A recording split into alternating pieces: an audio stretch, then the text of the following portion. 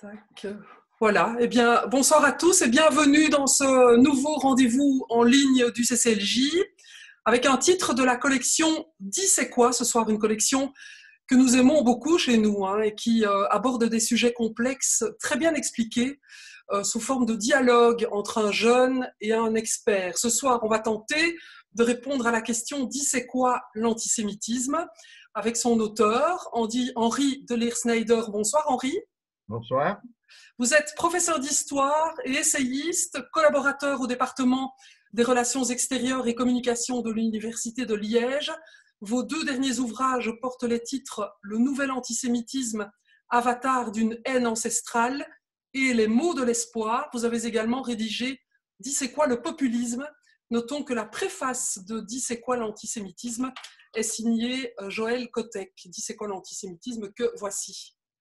Voilà, que vous pouvez vous procurer dans toutes les bonnes librairies et chez Filigrane, notre partenaire, bien entendu. Alors, pour animer la soirée, une amie du CCLJ, Nadia Geertz. Bonsoir, Nadia. Bonsoir, Sylvie. Nadia, tu es la directrice de cette très belle collection Dis c'est quoi aux éditions Renaissance du Livre. Tu es écrivaine, auteure d'une dizaine de livres, militante laïque, philosophe, maître assistante en philosophie et en morale à la Haute École de Bruxelles. Tu es la cofondatrice de Rappel, le réseau d'action pour la promotion d'un État laïque. Tu écris chaque semaine une chronique dans Marianne et tu animes un blog qui a beaucoup de succès. Le dernier article que tu as publié s'intitule « Voile dans l'enseignement supérieur, un pas en avant, trois pas en arrière » et ce, suite à la triste décision de Wallonie-Bruxelles Enseignement d'y autoriser massivement le port du voile dès septembre prochain. Nadia, je vais te laisser la main. Je demande juste aux participants de garder leur micro fermé jusqu'à la fin de la discussion, dans une demi-heure, 40 minutes, après quoi ils pourront poser des questions. Voilà, bonne soirée. Merci Sylvie, merci Henri de nous avoir rejoints, si je puis dire, pour cette formule un peu particulière à laquelle je m'essaye d'ailleurs pour la première fois. Donc voilà, j'espère que vous serez indulgents si ça cafouille un petit peu, non pas au niveau technique, mais au niveau peut-être du caractère artificiel de cette rencontre. On va essayer de la rendre la moins artificielle possible, faire le plus possible comme si nous étions dans votre salon. Et alors, je ne pense pas, Henri, dévoiler un grand secret si je dis qu'en fait, c'est toi qui a proposé d'écrire ce livre. C'est une collection qui démarre. Donc, la plupart du temps, c'est moi qui vais à la recherche des auteurs, qui leur propose d'écrire sur des thèmes. Et puis là, tu es un des premiers à avoir dit, tiens, moi, j'aimerais bien écrire sur l'antisémitisme. Alors, je vais poser la question de manière un petit peu volontairement provocatrice. Pourquoi un livre sur l'antisémitisme? Est-ce qu'au fond, ça n'est pas simplement une forme de racisme comme les autres? Donc, est-ce qu'il y a des spécificités de l'antisémitisme qui justifieraient qu'on lui consacre un livre entier? Eh bien, en fait, ce n'est pas du racisme. C'est un mot qui est communément employé, le mot racisme, mais c'est un terme assez déplorable, puisque scientifiquement, les races n'existent pas. Nous faisons tous partie de l'espèce humaine. Et quand on entend dire par quelqu'un qu'il y a une race juive, on est évidemment, manifestement, en présence d'un antisémite, parce qu'il n'y a évidemment pas de race juive. Si on prend le terme d'une façon plus particulière, le racisme c'est une haine de celui qui est différent par ses spécificités, on va dire physiques, quelqu'un par la couleur, le noir par exemple, tandis que en ce qui concerne les juifs, il n'y a pas de spécificité physique, il y a autant de différences que dans toutes les espèces humaines. Donc on pourrait dire que le racisme, c'est la haine de celui qui est différent, tandis que le juif, l'antisémitisme, ce serait la haine de celui qui est semblable. Autrement dit, le juif, c'est à la fois moi et pas moi. Le juif, c'est une part de l'autre, mais également moi. Et je suis ici un peu, du verbe suivre, comment dirais-je, la démarche de Delphine Horviller, le rabbin, donc, qui dit qu'en fait, l'antisémite est jaloux ou ne supporte pas que le juif a et le verbe avoir ici, le juif a quelque chose que lui n'a pas. Ça signifierait quoi?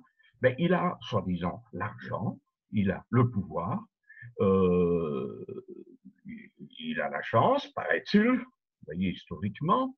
Donc, le juif m'empêcherait, moi, je parle en tant qu'antisémite ici, m'empêcherait, moi, d'être ce que je voudrais être, d'avoir une plénitude, une complétude. Et si nous allons plus loin dans cette démarche, eh bien, un groupe humain ne parvient pas à être un parce qu'il y a une part de lui-même qui lui échappe, qui lui échapperait à cause justement du juif. Ça voudrait dire que si on se débarrasse des juifs, un groupe humain pourrait soi-disant totalement avoir sa complétude et faire un.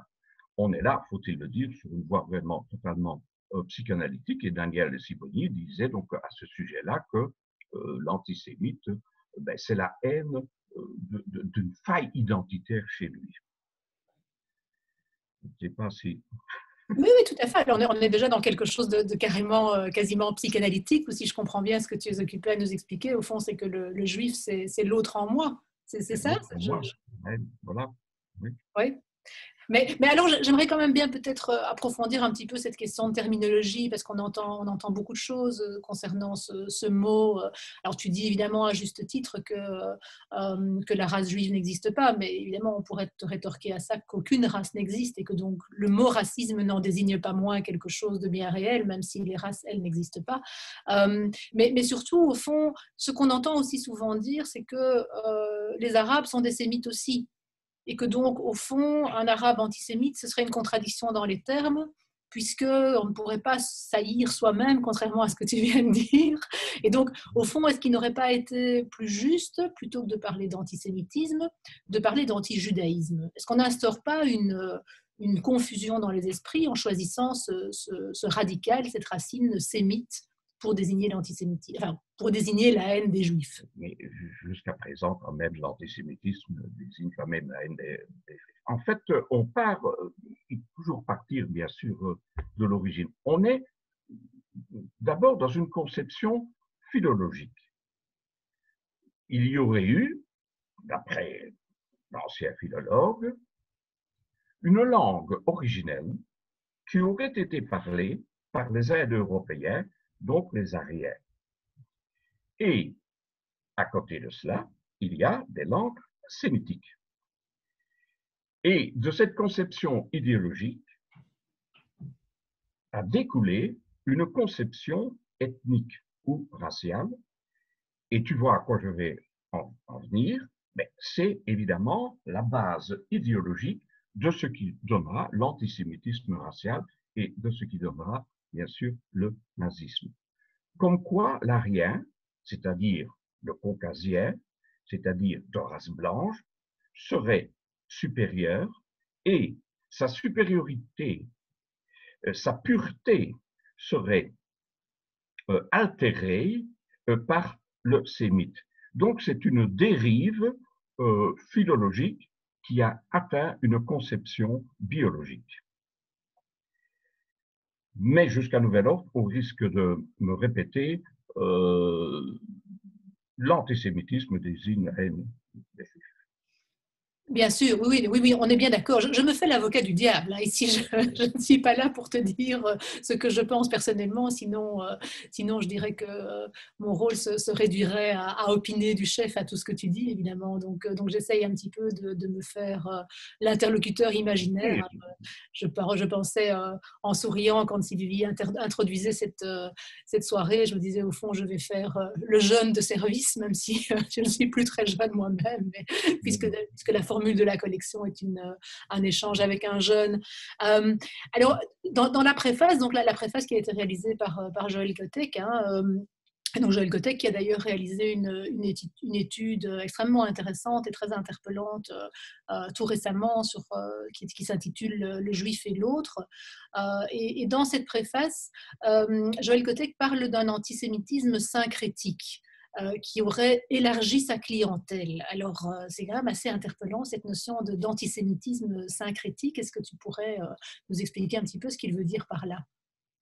Oui, on parle parfois aussi d'antisémitisme global. En fait, comme tu sais, que je suis professeur d'histoire, je me suis beaucoup occupé dans mes recherches d'abord sur la première forme de l'antisémitisme, mais qui n'était pas stricto sensu l'antisémitisme, c'était l'antijudaïsme. L'antijudaïsme, autrement dit, chrétien. Parce que, au départ, cette haine de l'Europe vis-à-vis des Juifs, mais c'est une haine d'abord de caractère religieux, puisque le peuple juif n'a pas ou n'aurait pas voulu reconnaître la vérité, le virus Israël que représente l'Église catholique.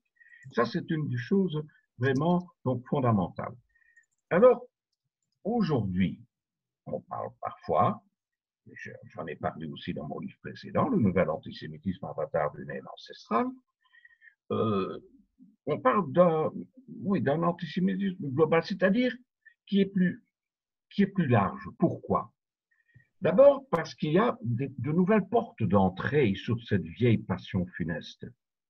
Il y a la porte d'entrée liée au contexte international et au conflit israélo-palestinien qui perdure.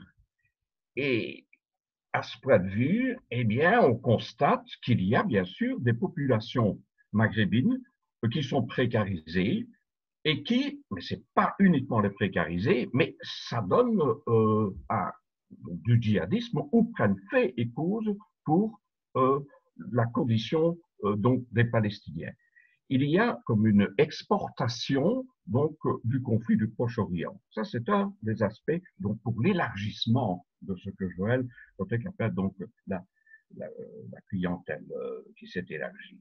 Alors, deuxièmement, ce que l'on constate en Europe aujourd'hui, c'est que tout de suite après 1945, il allait de soi qu'on était antifasciste et anti-nazi. Mais cette opposition ne va plus de soi aujourd'hui. On dirait qu'il y a un attrait de plus en plus pour ces régimes autoritaires, avec le nationalisme qui revient. Et pourquoi ce retour du nationalisme est-il d'office dangereux et pour la démocratie, et bien sûr pour les Juifs, et pour l'équilibre d'une société? Parce qu'il y a, dans ce nationalisme, il y a le désir du rejet de celui qui est perçu comme différent. Je pourrais parler bien sûr ici du nationalisme donc en Europe de l'Est, Orban en Hongrie, en Grèce, l'aube dorée néo-nazie, et je pourrais continuer bien sûr sur ces... Donc, il y a là-bas aussi une très large ouverture, hélas, qui pourrait s'avérer particulièrement funeste. La troisième porte d'entrée vers un nouvel antisémitisme donc beaucoup plus vaste, c'est comme une sorte de reproche aux Juifs, mais vous parlez tout le temps de la Shoah, en fait, comme si vous étiez au pinacle de la souffrance, comme si vous ne saviez pas qu'il y a eu d'autres génocides, comme si vous ne saviez pas qu'il y a eu l'esclavagisme, etc. Donc, il y a là comme une sorte de reproche de ce qu'on appelle une concurrence mémorielle sur lesquelles certains soufflent. Je peux parler évidemment ici d'Alain Soral, de Dieudonné, etc. Eh bien, toute cette panoplie qui s'élargit fait penser que ça pourrait être un attelage qui pourrait rendre tôt ou tard, si l'on y fait attention, ce qui pourrait rendre l'antisémitisme dissible, admissible, comme il le fut dans les années 30.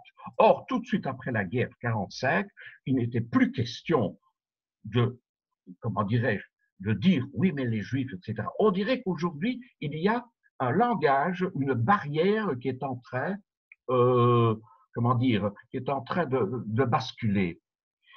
Pourquoi? Je vais peut-être encore reprendre une piste de caractère anthropologique ou psychanalytique, c'est que le poids de la Shoah est tellement énorme pour l'Europe, à un moment donné, pour se débarrasser de cette culpabilité, eh bien, grâce, façon de parler entre guillemets, bien sûr, à la politique israélienne du gouvernement actuel, on peut se débarrasser de ce poids en disant, mais vous voyez, eux aussi se comportent d'une façon, et vous savez que certains disent, l'État juif, l'État, ils se comportent comme des nazis, etc. C'est une sorte de se débarrasser du poids que constitue la Shoah. Voilà quelques portes d'entrée qui pourraient être excessivement dangereuses. et pour la démocratie, et quand je dis pour les juifs, c'est évidemment pour la démocratie, parce que l'antisémitisme est toujours le signe, le baromètre d'une société qui va mal.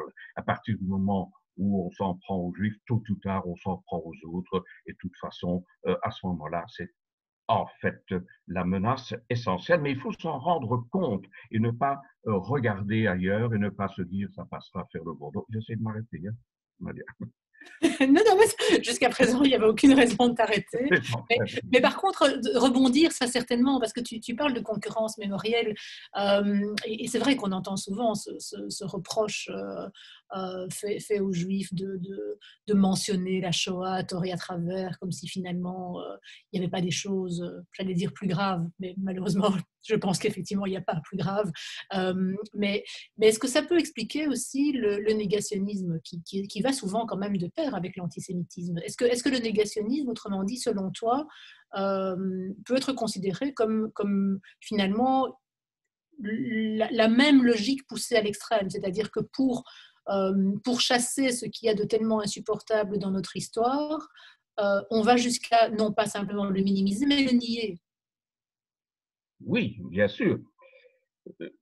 En fait, cette histoire du négationnisme, on utilisait le mot révisionnisme qui n'est pas applicable ici, parce que l'histoire est toujours révisionniste, nécessairement, révision du procédé. C'est une histoire qui s'est installée très très tôt, après 1945, avec Maurice Bardèche, qui était un fasciste, un écrivain fasciste, spécialiste de la littérature du XIXe siècle, et notamment de Flaubert, et qui écrit Nuremberg ou la terre promise, où il laisse entendre que ceux qui sont morts dans les camps de concentration le sont à cause des conditions imposées par les Alliés. C'est une façon, évidemment, d'exonérer la culpabilité ou la responsabilité donc du régime hitlérien. Et puis, très souvent, on a tendance à dire, oui, l'antisémitisme, ça vient de l'extrême droite. Il faut un peu aussi casser certaines idées toutes faites. Parce qu'en 1950-51, un certain Paul Racinier, qui est un socialiste, a été arrêté comme résistant par la Gestapo et se retrouve dans les camps de Dora, de Buchenwald, écrit. Donc, le mensonge, je crois que le titre, si je me souviens bien, c'est le mensonge. Donc, excusez-moi, là, ma mémoire me fait un peu défaut. En tout cas, il remet en cause et le nombre de victimes juives et progressivement l'existence même des chambres à gaz, laissant entendre que dans les camps, les capos, les communistes se comportaient plus gravement vis-à-vis des détenus que les SS eux-mêmes. Ce à quoi Pierre Vidal-Naquet, qui écrira Les Assassins de la mémoire, dit que Racinier a connu des camps, mais pas les camps d'extermination, et à un moment donné, il va commencer de plus en plus, donc Racinier, à nier l'existence même donc de la Shoah. Ça fait plaisir, bien sûr, à l'extrême droite, et il y a eu dans les années 60, fin des années 60, un certain Pierre Guillaume qui écrira, qui avait une librairie qui s'appelait La Vieille Taupe, à Paris, et c'est un membre de l'ultra-gauche. Donc, on est parti sur un terrain vraiment très glissant, qui remet en cause l'existence même, ou l'exagération, dit-il, de ce qu'on a dit de la Shoah. Et c'est le monde capitaliste, j'essaie d'être clair, c'est le monde capitaliste qui met en avant l'horreur du nazisme pour mieux cacher ses propres crimes capitalistes et colonialistes. On est là dans l'ultra-gauche, et cette ultra-gauche, à un moment donné, va republier le livre de Racinier et va publier une littérature négationniste. Étaient-ils nombreux? Pas du tout, parce que ces négationnistes sont très minoritaires. Et même le frère de Daniel Cohn-Bendit, Gabriel, a fait partie de ce groupe, mais à partir du moment où on était sur la piste glissante de la négation même de l'Holocauste, à ce moment-là, comment dirais-je, il s'est retiré et d'autres se sont retirés. Donc il y a eu, à un certain moment, je me répète là, une confluence inadmissible entre l'ultra-gauche et l'extrême droite. Ceci dit, ce sont dans les fanges de l'extrême droite que l'antisémitisme pur et dur s'est développé et continue à se développer aujourd'hui. Alors, je pourrais parler évidemment de Robert Faurisson, mais je peux, si tu veux bien, lire un petit extrait lorsqu'il publie son mémoire, contre ceux qui me disent de falsifier l'histoire. Voici ce qu'il dit exactement, nous sommes en décembre 1978.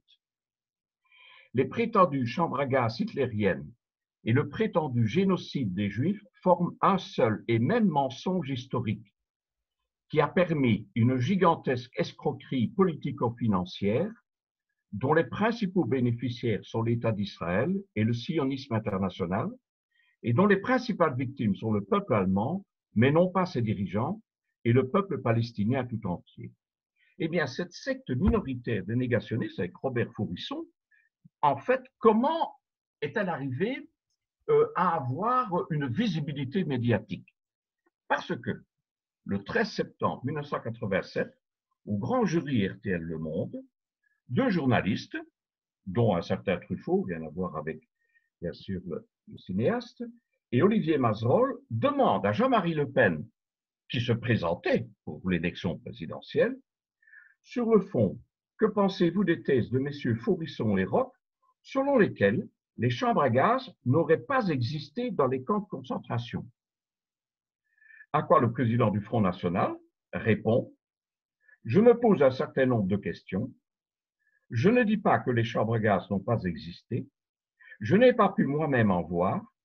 Je n'ai pas étudié spécialement la question, mais je crois que c'est un point de détail de l'histoire de la Deuxième Guerre mondiale.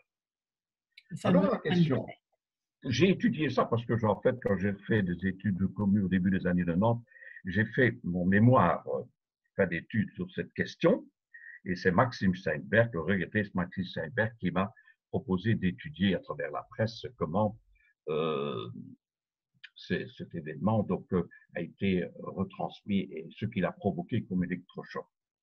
Eh bien, on peut se demander, je ne vais pas faire ici bien sûr le procès, c'est trop facile des médias, mais fallait-il vraiment poser cette question-là à propos de ce groupe tout à fait minoritaire qui disait qu'en fait, en gros, que la Shoah n'avait pas eu lieu.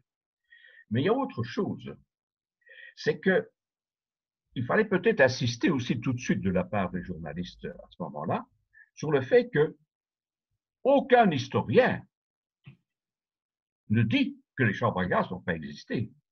C'est une évidence même, et à le procès de Nuremberg, etc., etc.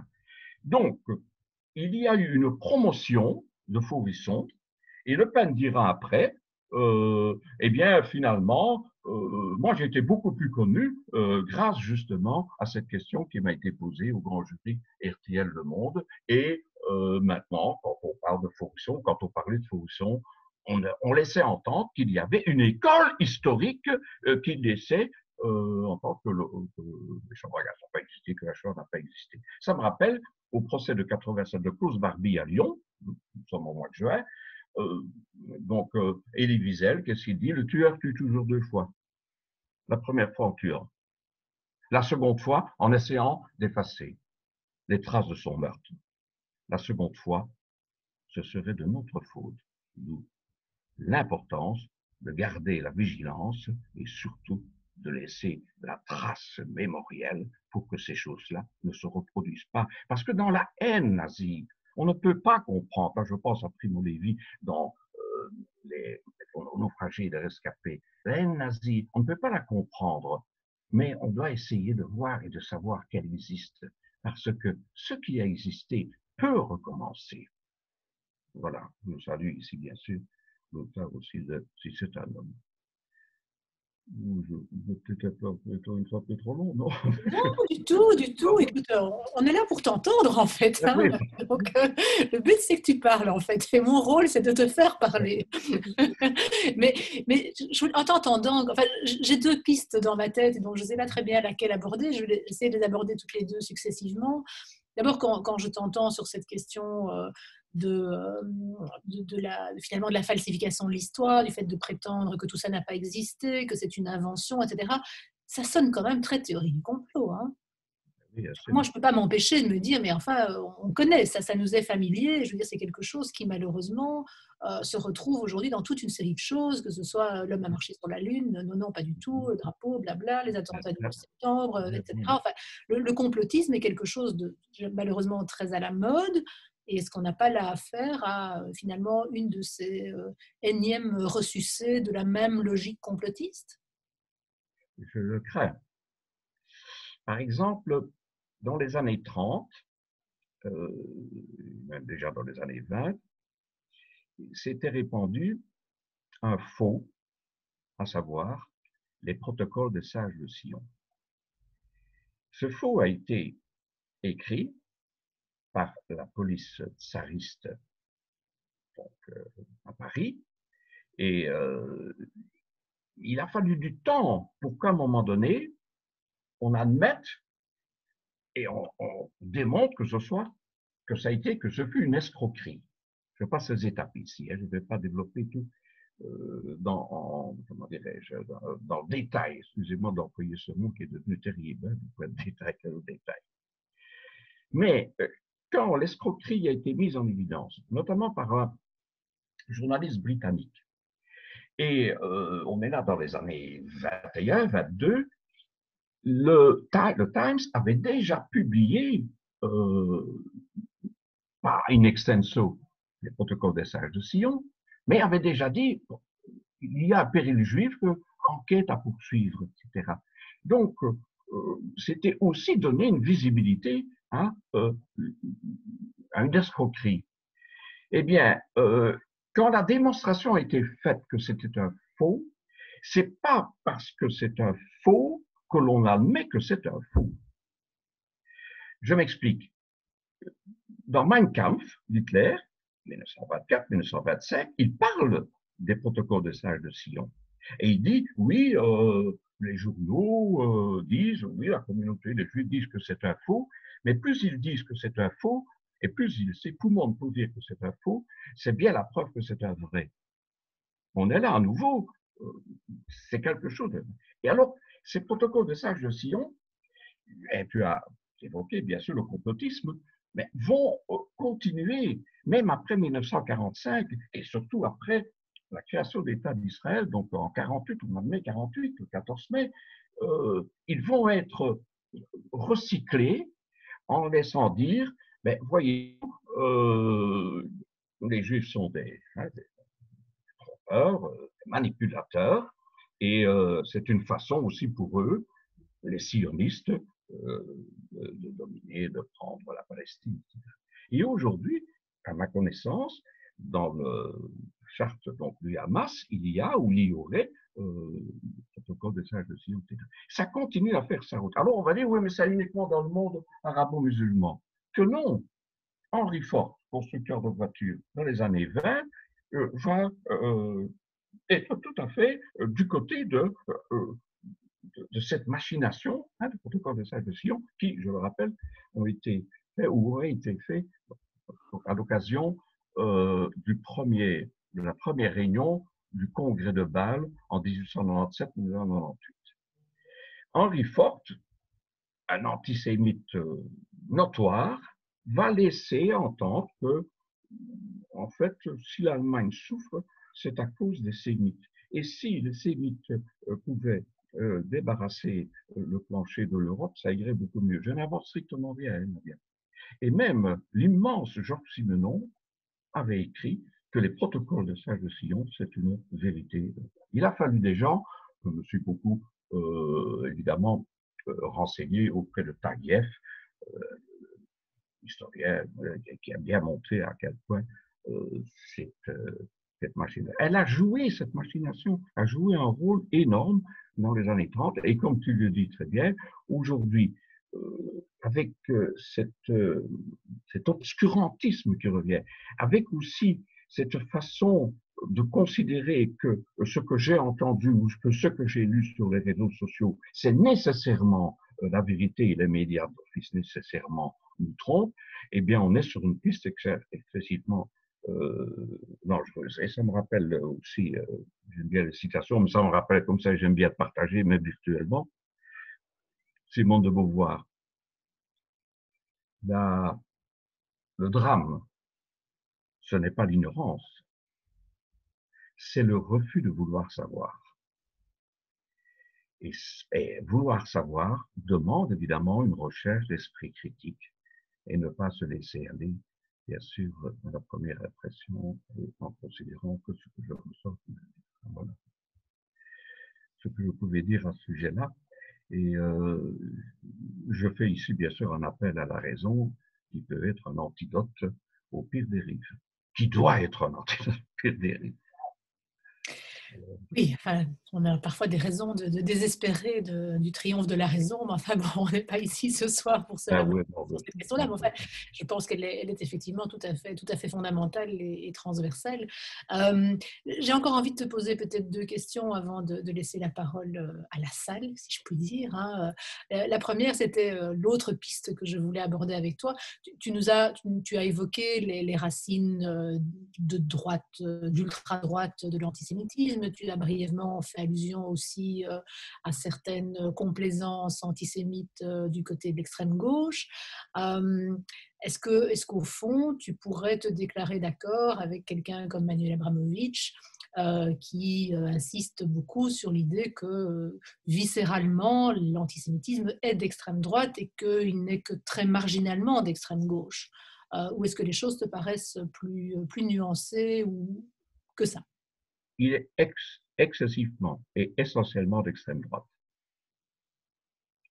Avec un petit mais quand même ou pas de mais quand même? Oui, c'est-à-dire que on entend parler de, on dirait, l'islamo-gauchisme. C'est un peu excessif quand même, mais la rumeur publique est ainsi faite qu'il y a des mots comme le mot populisme dont je me suis beaucoup occupé, qui est tellement utilisé qu'à un moment donné, avec l'inflation de son emploi, il sera finalement plus du tout porteur d'un sens vraiment efficace.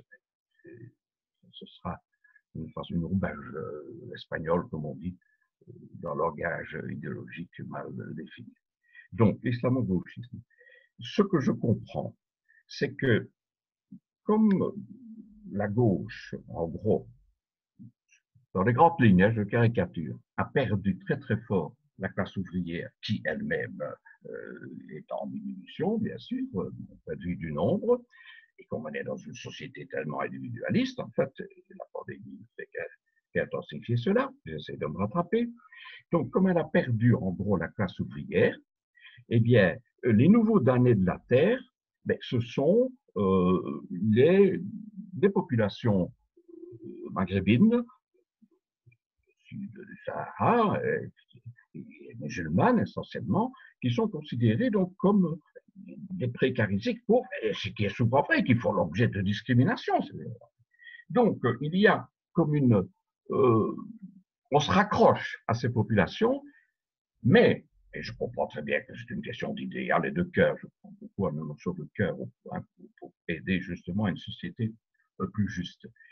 Mais ça peut aussi être une barrière face à un phénomène qu'on voudrait ou qu'on ne veut pas voir, c'est que les personnes qui ont été assassinées depuis 2006, au moins 17 en France et en Belgique, personnes juives, ou estimées ou considérées comme juives, eh bien, l'ont été par des populations musulmanes, avec le djihadisme, etc.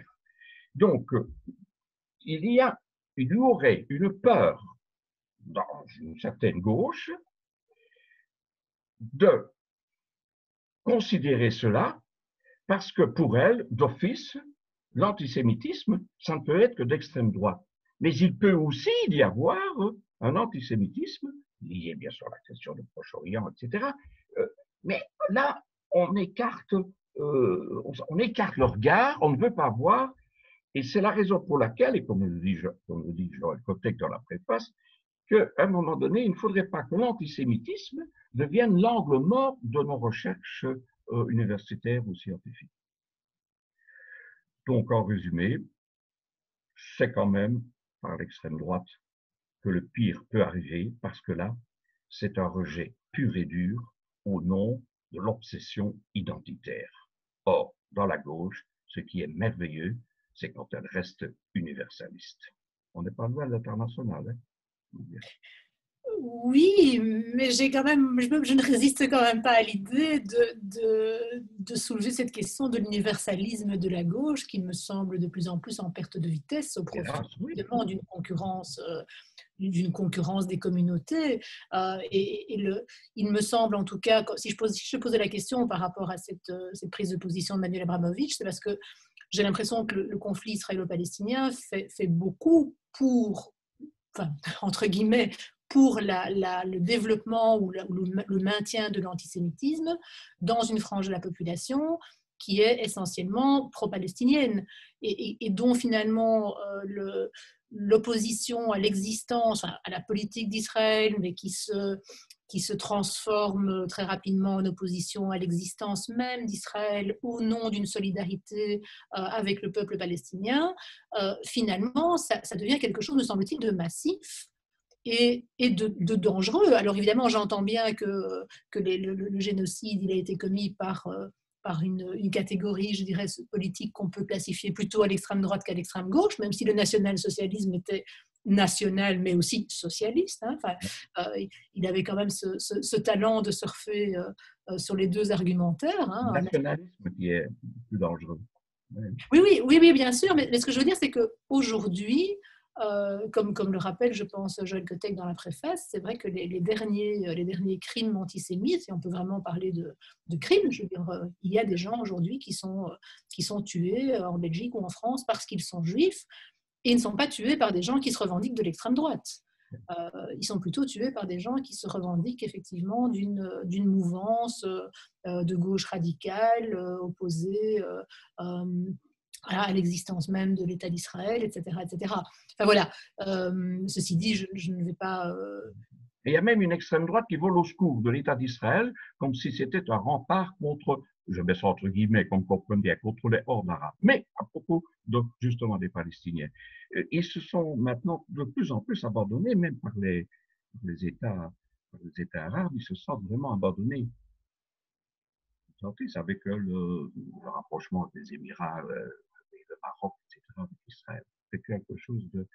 Il y a toujours des choses qui me reviennent à l'esprit, hein. Mais j'avais rencontré Amos Oz, les années 2007, et j'ai lu bien sûr ses livres, surtout Histoire d'amour et de ténèbres.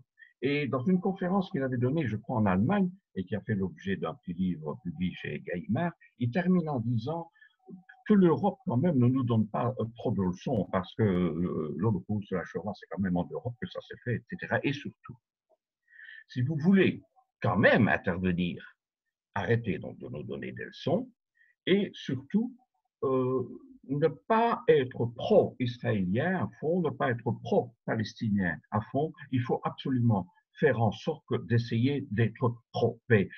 On peut dire, oui, mais ce sont des mots. Oui, mais les mots sont importants parce que par ce conflit d'un peuple, de deux peuples amoureux d'une même terre, etc., tôt ou tard, je crois qu'on arrivera à une pacification, personnellement.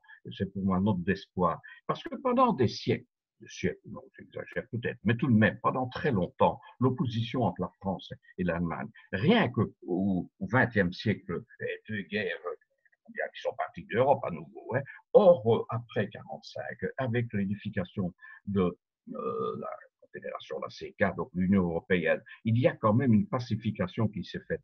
Donc, tôt ou tard, ça devrait arriver. Ben Gurion, dans un échange qu'il avait eu, je crois, avec le président du Congrès sioniste ou mondial, dit à un moment donné, je ne sais pas si dans 50 ans, l'État d'Israël existera toujours. Mais comment peux-tu dire ça? Ben oui, je comprends très bien quand même, hein, les Arabes, etc. Mais comment peux-tu dire ça? Oui, mais peut-être qu'il existera quand même encore après. Oui, mais enfin, comment est-ce que tu peux dormir avec cette obsession-là? Et Ben Gurion lui a répondu, qui te dit que je dors? Je trouve ça Donc, cette vigilance est essentielle. Et je repense, pour essayer de conclure à ce point de vue-là, sur l'histoire du canari. Quand je demande ça autour de moi, mais qu'est-ce qu'il raconte? Connaissez-vous l'histoire du canari au fond des mines, canari au fond des mines de charbon? Eh bien, les mineurs avaient un canari, comme ça, et quand, à un moment donné, le canari poussait des petits cris, c'est qu'il risquait d'y avoir tout de suite un coup de grisou. Eh bien, cet esprit d'alerte, nous devons être très attentifs quand on commence à attaquer des juifs, tôt ou tard, on risque aussi d'attaquer d'autres et dans cette, comment dirais-je, dans cette dérive peut aboutir à des abîmes. Et c'est la raison pour laquelle je t'ai proposé d'écrire donc, qu'est-ce que l'antisémitisme, parce que c'est encore trop souvent méconnu et beaucoup se disent oui, mais je ne suis pas juif, mais peu importe, quand on attaque une personne, comme dit dans le Talmud, paraît-il, qui sauve une personne, sauve l'humanité entière. C'est une expression, mais j'aime assez bien les expressions parce que ce sont les mots qui peuvent aider à avancer. Eh bien, merci Henri. Je pense que c'est un beau mot de la fin pour en tout cas la première partie de cet échange. Donc, Sylvie, je te cède le micro. Alors, tu vas reprendre la gestion de la suite de la soirée, je pense, si j'ai bien compris. Hein. Bah, écoute, on peut continuer tous les trois. On va peut-être attendre, voir s'il y a des questions. Je propose peut-être que à la personne qui a envie de poser une question de lever la main et d'ouvrir son micro. Alors, il y a, voilà, Madame, administrateur Freund.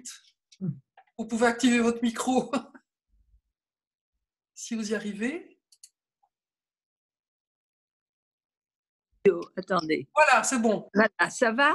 Oui, non, mais écoutez, bon, moi, je voulais poser une question parce que je ne suis pas tout à fait d'accord avec ce que monsieur a dit. Mon père, bon, donc toute sa famille est morte dans les camps et du côté de ma mère aussi, j'ai jamais connu mes grands-parents et tout. Et bon, il était, disons que mon père était très religieux jusqu'à 30 ans et puis après ça, il a fait tout ce qu'il fallait à la mort de sa maman. Donc, il était à Liège, il est venu étudier à Liège. Hein. Donc, de Pologne, il est venu étudier à l'université de Liège comme ingénieur. Et après ça, bon, il était libre penseur. Hein. Il était tout à fait bon, mais il était juif, il était très juif. Et il avait beaucoup de tous ses amis, c'était des gens, des juifs, mais de gauche. Hein, l'UJJ et voilà et tout. Et finalement, ils ne discutaient plus de politique parce que ce que vous avez dit, je pense, n'est pas tout à fait vrai. C'est-à-dire que moi, j'ai eu l'occasion de me rendre compte, enfin, je ne vais pas citer des noms, mais j'ai même c'était presque la famille des gens de ma génération qui se sont conduits vraiment. Il faut distinguer maintenant dans les Juifs ceux qui sont pour Israël et ceux qui ne le sont pas. Bon, moi, je considère qu'il faut, même si je ne suis pas d'accord avec le gouvernement israélien, il faut qu'Israël existe pour que des trucs comme la Shoah ne se reproduisent pas. Et par contre, tous les amis de mon père, là, de cette génération-là, qui sont restés communistes, eh bien, non, ça les intéressait pas Israël, ça les intéressait pas Israël. Et ça, je crois que c'est assez suggestif parce que quand il y avait par exemple, des défilés de musulmans à Bruxelles, hein, l'UPJB allait avec eux dans les manifestations où on disait Abba Israël, et eux, ils étaient là entre deux trucs, hein. Et bon, moi, je trouvais ça horrible, quoi. Je trouvais ça horrible parce que, bon, disons que bon, si on est on est juif, on ne peut pas être contre Israël. On peut pas être contre Israël. On peut ne pas adorer Israël et tout, mais on ne peut pas aller avec tous ces groupes, etc. Et c'était des amis. Abramovitch était un copain. Il était à l'UNIF en même temps que moi et donc on se connaissait. Et il faisait tout pour qu'on favorise et pour qu'on aime les pays arabes. Hein. Moi, je faisais partie d'un club service qui était neutre, où il n'y avait pas de politique, hein, un club de femmes. Et un jour, j'ai entendu que dans la même organisation, un peu à côté, ils venaient faire une conférence, mais c'était tout à fait sur les Palestiniens et tout, quoi. Alors,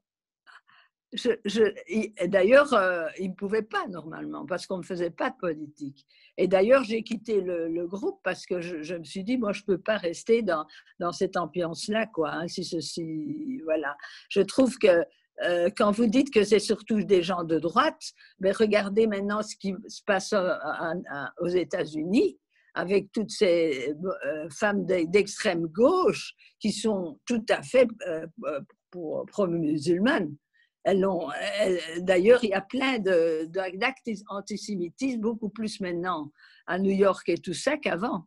Donc, je pense, quand vous dites que peut-être que c'est venu de la droite à un moment, mais maintenant, je pense que c'est beaucoup plus de la gauche. Voilà.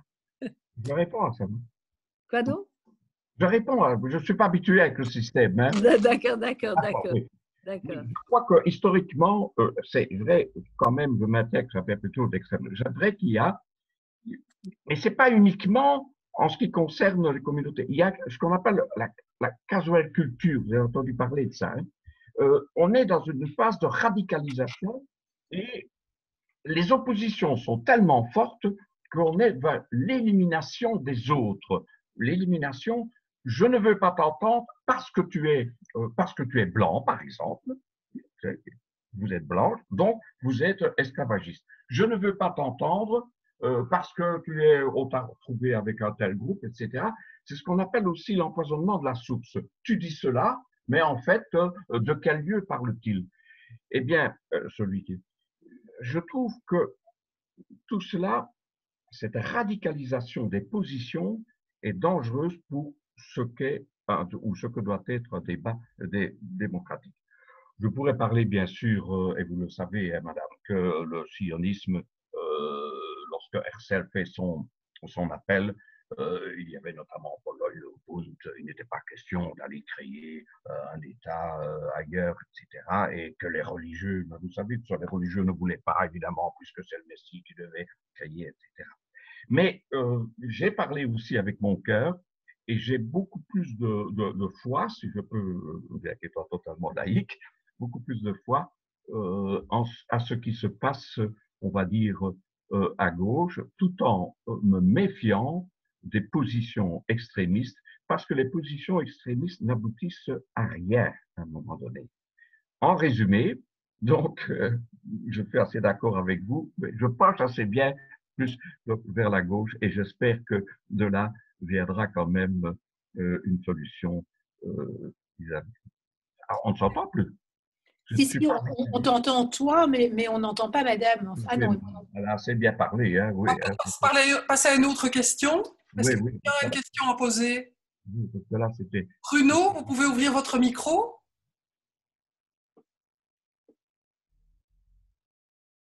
Bruno, vous vouliez poser une question, Bruno? Non, il voulait partir. Est-ce qu'il y a... Léon, vous pouvez ouvrir votre micro?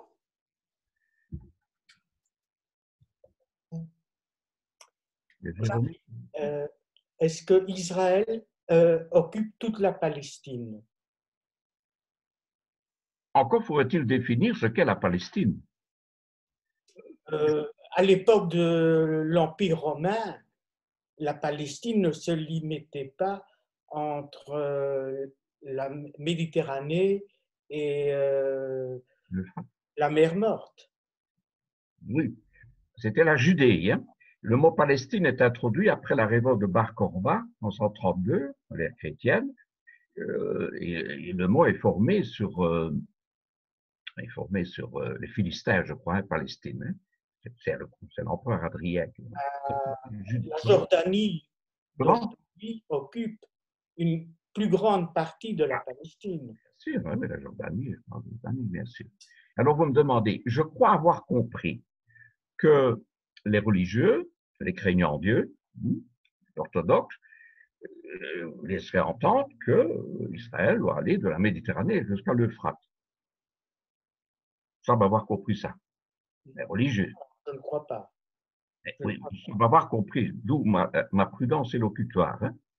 Mais c'est pas possible, ça, à partir du moment où on utilise Dieu comme un promoteur immobilier qui dit la terre parce que dans la Bible ça a été écrit, c'est pas possible quand même ça. Ça doit faire l'objet d'une négociation, d'une concertation, et je sais qu'il y a eu bien sûr le vote de l'ONU le 29 novembre 1947, etc. Mais est-ce que je peux vous demander de préciser votre question ou quoi à propos du mot Palestine? Ou est-ce que vous pensez Est-ce que les Palestiniens ont une histoire ancienne? Je crois C'est-à-dire, est-ce qu'ils ont eu un État? Est-ce qu'ils ont eu une existence? Ils étaient toujours sous occupation l'Empire ottoman. Ottomane. Il n'y a pas eu d'État palestinien dans le Il n'y a passé. jamais eu d'État palestinien. Depuis 1948, on parle d'un État palestinien. Mais avant, ça n'a pas existé. Non, c'est vrai. Et ce qui est étonnant quand même, hein, c'est qu'il me semble avoir lu que dans des anciens textes, les Juifs qui vivaient en Palestine étaient appelés des Palestiniens. Vous avez déjà entendu parler de ça? C'était les Palestiniens. Et Amos Oz, dans Histoire d'amour et de ténèbres, dit à un moment donné, il venait de Lituanie, je crois, hein, et ses parents, sur les murs, Lituanie, il était écrit Juifs en Palestine. Allez en Palestine, quoi. Et vous voyez le drame, et alors après, lui, il est né, bien sûr, à Jérusalem. Hein, et alors maintenant, il entend dire, décédé, hein, on entendait dire Juifs hors de Palestine. Vous voyez l'absurdité de tout cela, quoi. Hein. Mais c'est vrai qu'il n'y a pas eu d'État palestinien dans le passé, c'était l'Empire ottoman. Mais si je peux me permettre peut-être de rappeler, enfin, je crois que tout ce qu'on dit maintenant est très intéressant, mais ce serait à la limite un très beau sujet pour un prochain « Dis c'est quoi la Palestine ?» Je crois. Et le plus compliqué, à mon avis, sera trouver un auteur qui arrive à marcher sur ce fil extrêmement étroit qui ne serait taxable ni d'antisémitisme, ni je sais pas, enfin, d'islamophobe, pour utiliser un terme très à la mode que je déteste. Mais je voudrais quand même rappeler que le sujet ce soir, c'est plutôt l'antisémitisme et pas le conflit israélo-palestinien, même si on sait bien qu'il y a des liens entre les deux, et peut-être vous inviter lorsque vous avez des questions à poser. Je vois que... Voilà, Ménia a, semble-t-il, une question. Oui. C'est toujours très clair et très précis avec lui. Si tu peux ouvrir ton micro. C'est fait. Voilà. Bonsoir, merci professeur pour l'initiative d'écrire ce livre et pour le résumé que vous en avez fait. Moi, je voudrais vous poser, donc j'ai évidemment pas encore eu l'occasion de voir ce livre. Je voulais vous demander s'il y a dans ce livre une partie de réflexion sur les possibles solutions de surmonter l'antisémitisme à l'avenir, quelles sont les voies. Évidemment, on pense tous à l'éducation et au CCLJ, on essaie de contribuer modestement en parlant à des jeunes, en menant un combat contre les stéréotypes notamment, en parlant de tous les génocides, pas seulement de la Shoah, etc., de relativiser et d'ouvrir le dialogue. Mais bon, Ça, c'est une toute petite contribution. D'autre part, il y a les efforts au niveau de rendre, disons, les actes antisémites punissables. Donc, d'abord de définir, comme l'a fait l'Europe avec l'IRA, etc. Et on sait en Allemagne, notamment en France aussi, le négociationnisme et certains actes antisémites sont punissables. Et donc, parmi ces différentes voies, qu'est-ce que vous en dites? Quelles actions peut-on... Est-ce que les Juifs eux-mêmes peuvent faire plus? Est-ce qu'ils sont coupables, eux, effectivement, d'alimenter quelque part l'antisémitisme, comme parfois on les accuse de ça? Donc, voilà, tout un ensemble de questions. Merci. Cher monsieur, je n'ai jamais la victime qui est coupable. Parce que quand j'entends parler, y a-t-il un problème juif? C'est insupportable d'entendre ça. Il n'y a pas de problème juif, il y a un problème antisémite. Ça, c'est une des choses vraiment essentielles. Deuxièmement, ce que je constate, c'est qu'il y a eu des voyages, donc à Auschwitz, avec des musulmans, ceux qui sont des chrétiens ou quoi. Et le fait d'aller sur les lieux mêmes et avec beaucoup de survivants, évidemment, maintenant, et d'entendre la parole des survivants, des témoins, ça aide énormément au rapprochement. Donc, faire des voyages sur les lieux, donc les camps de la mort, etc., comme j'ai déjà fait ça avec des étudiants, et j'ai fait avec des plus jeunes enseignants, j'ai une formation à Yad Vashem, avec des jeunes enseignants, et quand on est là-bas pendant une semaine et qu'on suit, je suis persuadé que ces enseignants vont, plus jeunes, donc avoir une influence bénéfique auprès de leurs élèves. Mais je voudrais souligner ici une autre chose, mais qui va dans le sens de ce que vous souhaitez. Pendant très longtemps, l'anti-judaïsme chrétien a perduré à travers les siècles. Or, il y a des possibilités de progrès. C'est en 1965, la déclaration Nostra Aetate, fin du mois d'octobre, donc du Concile Vatican II. Pour la première fois, l'Église catholique a reconnu qu'elle n'était plus la détentrice de la vérité et qu'elle a parlé de nos frères aînés, les Juifs. Et Jean-Paul II a fait, je parle de façon figurée, le plus grand voyage. Il en a fait des voyages. Hein. Il est allé en 86 au mois d'avril trouver le grand rabbin de Rome. C'est un voyage extraordinaire. Vous voyez, il y a eu un rapprochement. Donc Nostra Aetate a reconnu que l'Église catholique n'a plus la vérité et il y a un lien spirituel avec donc le peuple juif. On peut évidemment faire la fine bouche, parce que j'ai lu cette déclaration, parce que l'Église dit qu'elle déplore les actes antisémites. J'aurais voulu qu'elle dise qu'elle les condamne. Mais c'est une étape, je trouve, parce que dans l'histoire, je ne vais pas rappeler parce qu'on va prendre trop de temps, mais c'est Louis, Louis IX, quand il faisait le Talmud, et puis la rouelle, jaune ou rouge, enfin, vous savez, tout ça, bien sûr. Donc, il y a dans le monde chrétien, ou le monde dans lequel on est, il y a quand même eu un progrès, mais qui doit absolument perdurer, parce que il peut y avoir une sainte alliance des clergés, et ce qui a été perdu sur le terrain, je veux dire des fondamentalistes, ils risquent toujours aussi de récupérer. Et à ma connaissance, le pape Benoît XVI a comme pardonné, comment est-ce qu'il s'appelait là-bas, Monseigneur Lefebvre, et que après 65, après le Concile de Vatican II, le missel qui à Pâques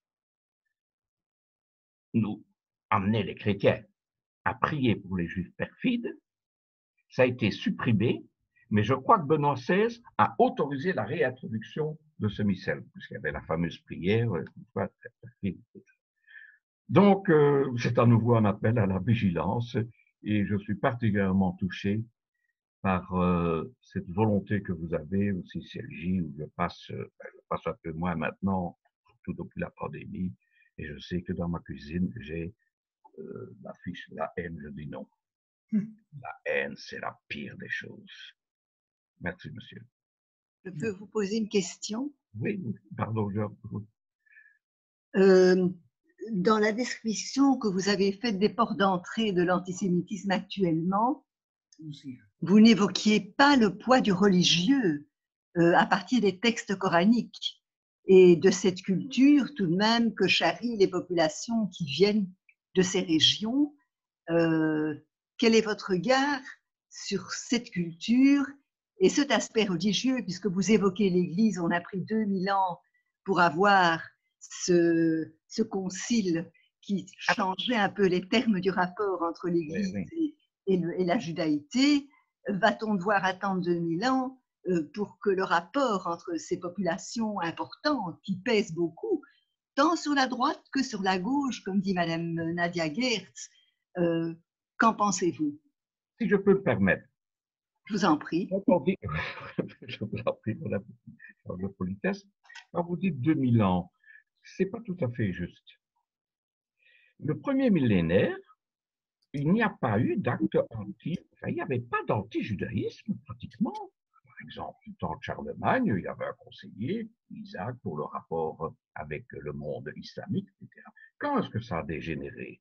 C'est en 1095-1096, lorsque c'était Urbain, qui s'appelait Urbain II, appelle à la croisade, et que l'année suivante, en 1096, donc les croisés vont dans la vallée du Rhin massacrer les communautés juives, etc. Donc, il n'y a pas nécessairement 2000 ans. Donc, alors, il y a quand même les évangiles. Hein. Je suis en train de lire les évangiles. C'est une découverte, donc ça date aussi. Vous n'avez pas encore lu, oui. Non, oui. En fait, ce qui s'est passé, c'est que, c'est tellement intéressant, c'est que le juif Yeshua, Yeshua ben Miriam, Jésus, donc, est mort d'une condamnation romaine. Le crucifiement, c'est une condamnation romaine, ce n'est pas une condamnation juive, hein, bien sûr. Et les pères de l'Église, parce que c'est là que ça s'est joué, hein, avec Saint-Augustin, puisqu'ils voulaient s'accommoder des bonnes grâces des Romains, ben, on laissait entendre que c'était les Juifs qui avaient et c'est ainsi que, et on en arrive bien sûr à la conversion de Constantin, bien sûr. Tout à fait. Alors, dans mon livre, moi, ça s'adresse quand même essentiellement à des populations, je vais dire, d'un milieu chrétien. Je ne me suis pas spécialement occupé de populations, je vais dire, musulmanes. Mais je sais, et je crois que je l'ai dit quand même, et je l'ai mis dans mon livre, qu'en fait, aujourd'hui, les atteintes, les actes antisémites, les paroles antisémites viennent beaucoup plus du monde arabo-musulman et notamment de ces territoires perdus à la République, même sous sang de livres, mais là aussi on ne voulait pas admettre, on ne voulait pas le voir, etc. Donc, est-ce qu'il y a, je crois que dans le Coran, je n'ai pas tout lu, j'ai un peu lu en français, mais ça ne peut pas être avec le bon le lire en arabe, je crois que dans le Coran, il y a quand même aussi des choses contre les Juifs, je crois. Oui, oui, tout à fait. Vous connaissez peut-être mieux, oui, voilà. Un peu. Merci. Ah, vous lisez le Nouveau Testament, oui. Rien que l'idée de dire le Nouveau Testament. Je lis les évangiles, hein, j'en ai déjà lu 3. Maintenant, je lis Luc. Ça a été... Très bien, avec les commentaires de Chouraki, la traduction est magnifique. Et la traduction de Chouraki aussi. Et le livre commentaire de Raphaël Drey, qu'il faut lire. Oui, mais c'est passionnant, oui. Alors, c'est passionnant parce que vous analysez, et ceux d'Avegassis, parce que vous analysez les textes et vous comprenez mieux. Et je me demande si un même travail pouvait être fait par rapport à l'islam, qui éclairait et permettrait de peut-être faire aussi une relecture de la part des musulmans eux-mêmes, comme a fait le Vatican, comme ont fait les autorités religieuses chrétiennes. Parce que je pense qu'il y a un fondement religieux beaucoup plus important. Ça n'est pas uniquement, il y a évidemment discrimination, exclusion, tout ça peut exister, bien sûr, il faut combattre. Mais il y a aussi, puisque nous parlons d'antisémitisme, la gauche, finalement, ne dénonce jamais cela. C'est quelque chose qui n'est pas, qui est mis sous le tapis et dont on ne parle jamais. On parle des exclusions, des discriminations, du conflit israélo-palestinien, mais on n'aborde jamais ce que Bensoussan explique d'ailleurs fort bien.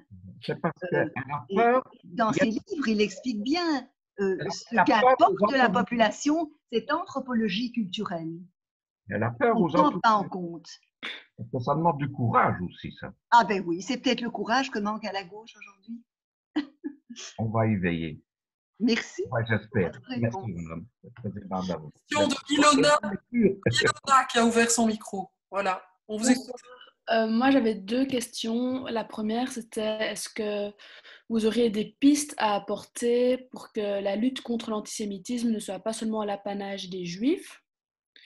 Et la deuxième question, c'était comment justement être au mieux acteur ou actrice de la lutte contre l'antisémitisme en ciblant le public arabo-musulman sans se faire traiter de musulmans, d'islamophobes ou de racistes contre les musulmans.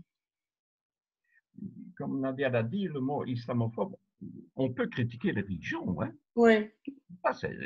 Pourquoi est-ce que la religion devrait avoir comme ça un blanc-seing, une autorisation, en soit pas touche, etc. Donc, ce que on peut montrer, je suis professeur d'histoire, hein, c'est par l'histoire aider à montrer comment tout ce qu'il y a en commun dans les siècles passés. Il y avait énormément de contacts communs entre les populations musulmanes, islamiques et les populations juives. Il y a eu des terrains d'entente. On a beaucoup, peut-être exagéré, mais évoqué l'Espagne du temps d'Averroès et de Maïmonide. Il y a eu là-bas, même si on a un peu, encore une fois, édulcoré, il y a eu un moment où juifs, chrétiens, musulmans vivaient dans la bonne entente, etc. J'ai eu l'occasion pendant des années de faire des conférences sur ce que j'ai appelé, d'une façon un peu, comment dirais-je, sinon provocante, du moins attirante, l'islam des Lumières. Il y a dans la tradition musulmane, il y a eu des périodes, il y a eu des gens qui ont essayé de faire évoluer justement la parole coranique, pour essayer qu'elle soit plus ouverte, tandis qu'aujourd'hui, on sent bien qu'il y a, avec les salafistes et le wahhabisme, une fermeture. Donc, nous pouvons, nous, ici, avoir, si vous êtes enseignant, ce que je suppose, nous pouvons, je croyais que vous étiez enseignant, donc, nous pouvons avoir, par notre attitude, soutenir tous ceux qui, dans les pays arabes ou dits arabes, par exemple comme en Tunisie, eh bien, sont justement pour cette ouverture et ne pas regarder ailleurs et ne surtout pas essentialiser les musulmans. Il y a énormément de bonne volonté là-bas et ce sont ces bonnes volontés ouvertes à la raison, ouvertes et qui prennent leur distance vis-à-vis de la littéralité du Coran. Il faut les aider et ne pas se dire ils sont tous à mettre dans le même paquet ou quoi. Je sais que ce n'est pas les plus faciles, hein, mais je crois quand même que les contacts personnels et là où on est, là où vous travaillez, là où vous êtes, peuvent justement aider à faire avancer les choses et surtout à mettre un frein à l'expansion de l'islamisme qui est l'utilisation politique de la religion. Je sais que c'est un peu général ce que je vous dis, mais je crois beaucoup au contact personnel et au contact que l'on peut avoir autour de soi pour ne pas apporter de l'eau au moulin du rejet. Si je peux me permettre d'intervenir sur cette question-là, c'est-à-dire que je suis évidemment peut-être un petit peu plus pessimiste que toi, mais c'est-à-dire quand je t'entends parler de contact et de rencontres personnelles, évidemment, comment dire le contraire? Et en même temps, on voit bien à quel point aujourd'hui à Bruxelles, les élèves juifs quittent les écoles officielles pour des raisons qui sont précisément liées à l'antisémitisme qui sévit dans l'enseignement officiel. Et donc la rencontre, elle ne se fait plus. Je veux dire, la réalité aujourd'hui, elle est là. C'est-à-dire que il faut bien constater que quand on parle de vivre ensemble et de se rencontrer, d'être ouvert à la différence, etc., c'est très joli en théorie, mais en pratique, où sont ces lieux de rencontre? Alors le CCLJ fait un travail extraordinaire, justement, de mise en relation d'élèves qui fréquentent des écoles plutôt de milieux socioculturels défavorisés, issus de l'immigration, etc., avec des élèves qui fréquentent, enfin des jeunes qui fréquentent le CCLJ. C'est très bien, mais est-ce que ça n'est pas une goutte d'eau dans l'océan? Je veux dire, enfin, comment faire pour que ce type d'initiative se généralise et pour que je ne me retrouve pas, moi, et ce n'est pas pour parler de moi que je dis ça, mais je veux dire, c'est quand même très symptomatique, devant des étudiants qui, en fait, pour la plupart d'entre eux, ils arrivent à 18 ans, en fait, ils n'ont jamais vu un juif, quoi. Pour le dire très brutalement, ils n'ont jamais vu un juif, ils ne savent pas ce que c'est. Ils en ont entendu parler, ça oui. Ah, les juifs par-ci, les juifs par-là. Mais quand une étudiante, timidement, quand il y en a une de temps en temps, dit, vous savez, moi, je suis juive, ça fait un peu office de scoop, si pas de bombe, quoi. Parce que la rencontre, elle n'est pas là. Et elle n'est pas là non plus du fait que le nombre ne joue pas non plus. Je veux dire, enfin, je n'ai pas les chiffres en tête, mais il y a évidemment beaucoup plus de musulmans à Bruxelles que de juifs.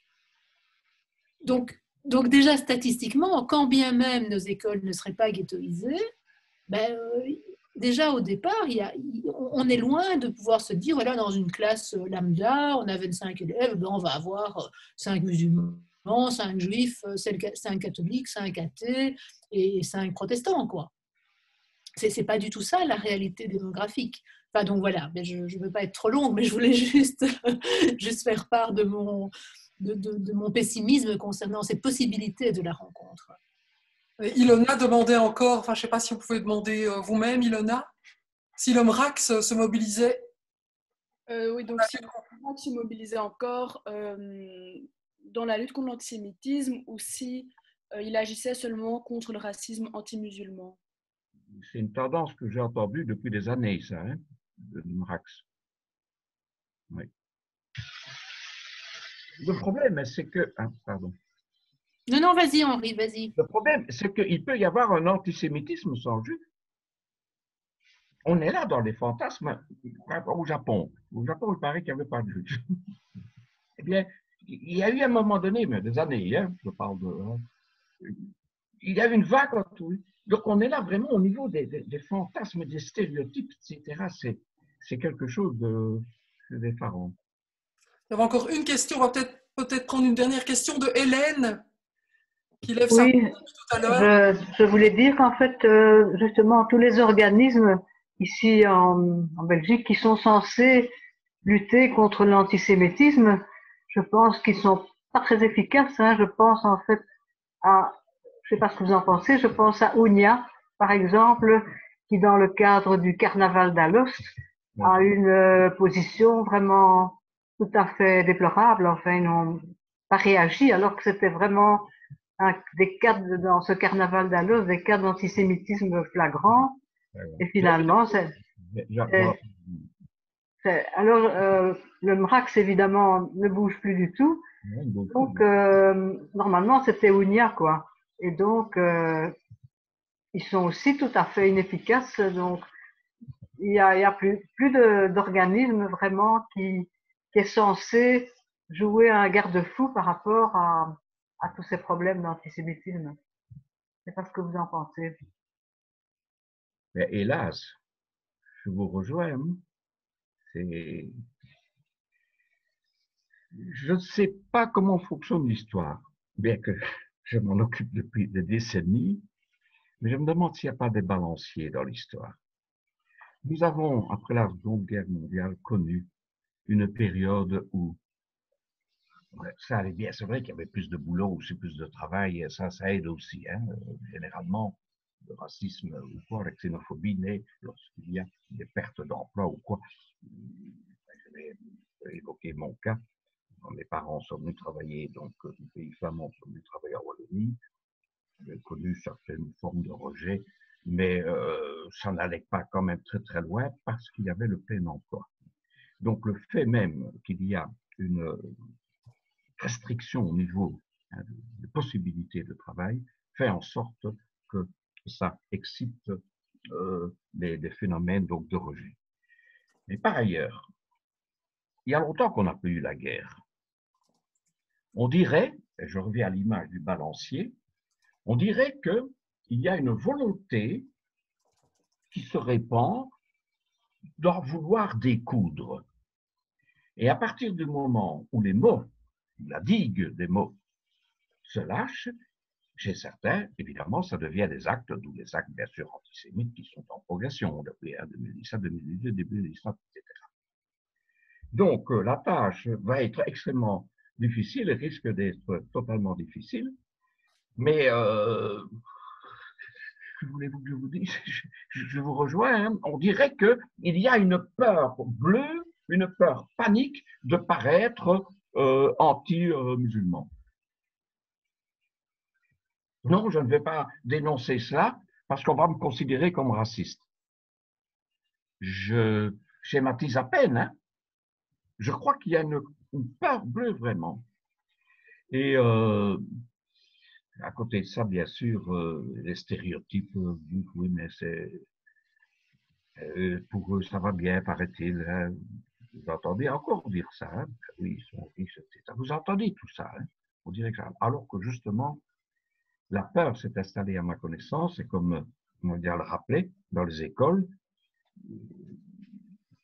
on est attaqué parce que quand on perçoit ou qu'on a une kippa, etc., on risque d'être attaqué. Et ça, c'est terrible. C'est la dégénérescence d'une société qui n'admet plus que le respect doit être vraiment fondamental. Ça me rappelle enfin, Camus, le père de Camus, qui disait « Un homme, ça s'empêche ». On ne fait pas ça. Le respect de... Je sais que ça peut paraître prêchi-prêcha, hein, mais je crois que la loi doit intervenir et ne pas se soustraire quoi, à la loi. Alors, créer de nouvelles associations, de nouveaux groupements, mais ça va être difficile pour le moment. Hein. Je sens que je ne vous contente pas tout à fait dans ma réponse, mais c'est pas facile, hein. Alors, évidemment, l'enseignement, l'école, etc. Mais comme dit Nadia, il y a une volonté d'électrochoquer. On s'électrochoque les uns les autres, quoi. La cancel culture. Est-ce que je peux rapidement faire une réponse, faire une suggestion à Nadia Geertz? Oui, enfin pour moi, oui. En réponse, moi je parle pour l'animatrice. Vous avez raison, c'est sur le terrain de l'éducation que ça se joue. Et vous savez sans doute très bien que l'éducation se pratique sur un long terme. Et ce n'est pas un court terme. Mais je pense que tout ce qui est fait, notamment par CCJ, par d'autres institutions, les rencontres, tout ça est bon. Et je pense que ce qui est essentiel, c'est un travail introduit dans le corpus scolaire dès la fin de maternelle, jusqu'à la fin du secondaire, qui permettrait un vrai travail. Et il existe des études et des organismes qui travaillent ça, notamment Classroom of Difference, que moi j'ai pratiqué, et l'aspect du PRODAS, le programme canadien, que moi j'ai appliqué. Et je pense que ce sont des programmes pour que les animateurs soient bons, qui sont excellents, mais ça s'étale sur un long terme. Vous n'apprenez pas à un enfant une pratique, vous n'apprenez pas un instrument de musique avec 2 rencontres ou 3 leçons. Il faut un temps. Et je pense que c'est une pratique qui devrait s'inscrire dans la pratique hebdomadaire d'une école, d'une classe. Ça, j'y crois, mais alors sur un long terme, pas pour 3 mois, 6 mois, 6 rencontres, évaluation, ça ne marche pas. Donc, il faut du temps, du temps au temps. En éducation, c'est un facteur déterminant. Alors, si vous êtes intéressé, je vous suggère de voir avec ces organismes si quelque chose peut être entrepris. Chaque chose qui est entreprise chaque jour est importante et urgente. Voilà, merci. Merci. Peut-être je peux encore dire quelque chose, Sylvie? Bien sûr, Nadia. Merci. Oui.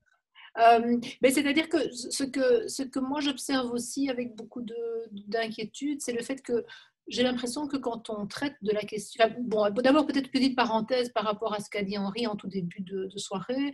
Vous savez que moi je continue à considérer l'antisémitisme comme une forme de racisme, comme une forme particulière de racisme, c'est-à-dire de rejet de l'autre pour ce qu'il est et pour tout à fait. Voilà, enfin, voilà. Et ce qui me frappe, c'est que j'ai l'impression que souvent, quand on traite de la question du racisme avec des élèves en classe, en fait, on leur parle du racisme dont on suppose qu'eux-mêmes sont victimes. Oui. Et on n'élargit pas. Et moi, je crois que ce qui est vraiment essentiel, c'est de montrer que les mécanismes sont les mêmes. C'est-à-dire que, évidemment, bon, bien sûr qu'on peut prendre l'exemple du racisme anti-noir ou anti-arabe. Pourquoi pas, effectivement, commencer par parler à des enfants de choses qui les touchent, eux, personnellement. Mais je crois que ce qu'il faut faire aussi, c'est dire, ben voilà, c'est exactement les mêmes mécanismes qui sont à l'œuvre dans l'antisémitisme. C'est-à-dire que pour que l'autre cesse d'être un autre, pour que l'autre soit reconnu comme un autre soi-même, qui vit le même type de haine, le même type de stigmatisation, de discrimination, etc. Au lieu de finalement se dire, ben voilà, on va leur parler de ce qu'ils connaissent et de ce qu'ils vivent, sans faire le rapport. Mais je ne dis pas que c'est ce qui est fait dans les programmes dont vous parlez. Non, hein. non. Mais j'ai l'impression que c'est souvent ce qui se fait dans les écoles. Et vous avez parfaitement raison, parce que les programmes dont je parle n'évoquent pas du tout ni antisémitisme, ni racisme. On part avec de jeunes enfants de leur vécu immédiat, de ce qu'ils vivent eux. Et au fur et à mesure, et ça prend du temps, ils prennent conscience de ce qu'ils vivent seuls en tant que groupe, en tant qu'individu, pour après pouvoir élargir l'horizon et voir vers où ça peut nous conduire, vers où nous allons et ce qui se passe dans le monde. Je crois que c'est ça, progressivement. En maternelle, on ne parle pas de ça, pas du tout. Attends, si un enfant dans le groupe est victime d'un rejet, il est victime d'un rejet parce qu'il est gros, il est grand, il est petit, il est lent, il est rapide, etc. Mais il n'est pas victime parce qu'il est juif ou musulman. Je veux dire, on part de ça. Et je crois que, mais ça prend du temps. Et enfin bon, je ne vais pas vous parler des expériences que j'ai vécues avec les cabinets de ministère de l'Éducation il y a 10 ans, il y a 15 ans, il y a 20 ans. Ce n'était pas d'actualité. On n'entendait pas cela. On ne voulait pas entendre parce que ce n'est pas un univers marchand et voilà. Mais je pense que ça mériterait que l'on reprenne. Ces institutions travaillent et je pense que c'est intéressant de les contacter quand on est dans une pratique pédagogique. Je ne parle pas pour vous personnellement, mais d'une manière générale. Je vais juste dire un petit mot. Ce qui est dommage, c'est que Ina Van Loo n'est pas là ce soir. Elle est la directrice du programme d'éducation à la citoyenneté du CCLJ. Le programme La haine, je dis non. Et avec son équipe, elle se rend dans oui, mais je sais. Je connais bien son travail. Je vais juste en parler si vous voulez bien 2 secondes. Merci beaucoup. Dire voilà qu'elle fait un travail extraordinaire dans les écoles primaires et secondaires. Et donc, c'est vraiment un travail de fond qui est malheureusement un petit peu mis en suspens en ce moment. Mais voilà, c'est dommage. Ina n'est pas là ce soir, elle aurait pu en parler. Elle fait un travail de déconstruction, c'est quelque chose de vraiment formidable et qui a vraiment un réel impact sur tous ces jeunes, je pense. Donc voilà. Voilà, je pense qu'on a fait le tour. Nadia, qu'est-ce que tu en penses? Et Henri? Mais je peux intervenir là, oui. Bien sûr, bien sûr. Oui, je ne suis pas habitué à 2 choses. Je serais assez partisan qu'il y ait un cours ou une formation sur le fait religieux dans l'histoire.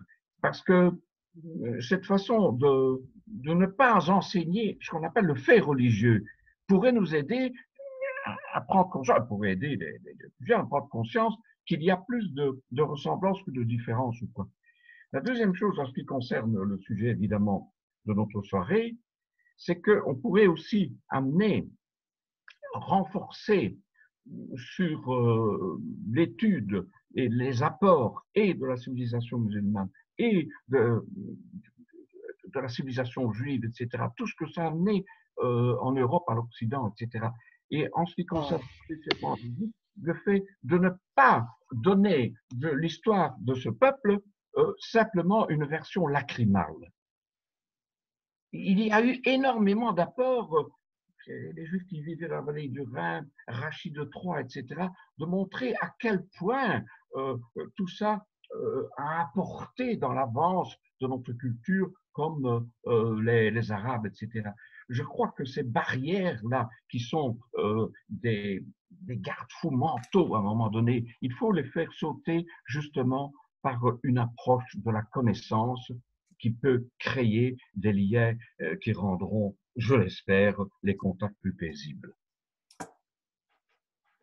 Eh bien, merci Henri. Merci beaucoup Nadia, en tout cas pour... Nadia, je suis là, je suis là. Merci pour vos lumières ce soir, c'était vraiment très, très, très intéressant. Voilà, j'espère que tout le monde a apprécié, je pense que c'est le cas. En tout cas, merci beaucoup pour ce rendez-vous en ligne. On espère peut-être vous recevoir dans les prochains mois en vrai au CCLJ. Je voudrais juste signaler que la prochaine conférence en ligne aura lieu vendredi. Ce sera une soirée américaine, donc 2 jours après l'investiture solitaire de Joe Biden. Il y aura certainement beaucoup de choses à dire, donc je crois que ce sera aussi une soirée très intéressante. Voilà, merci beaucoup à tous en tout cas pour votre présence. Merci et à très bientôt. Merci. Merci, au revoir. Bonne fin de soirée. Merci. Au revoir.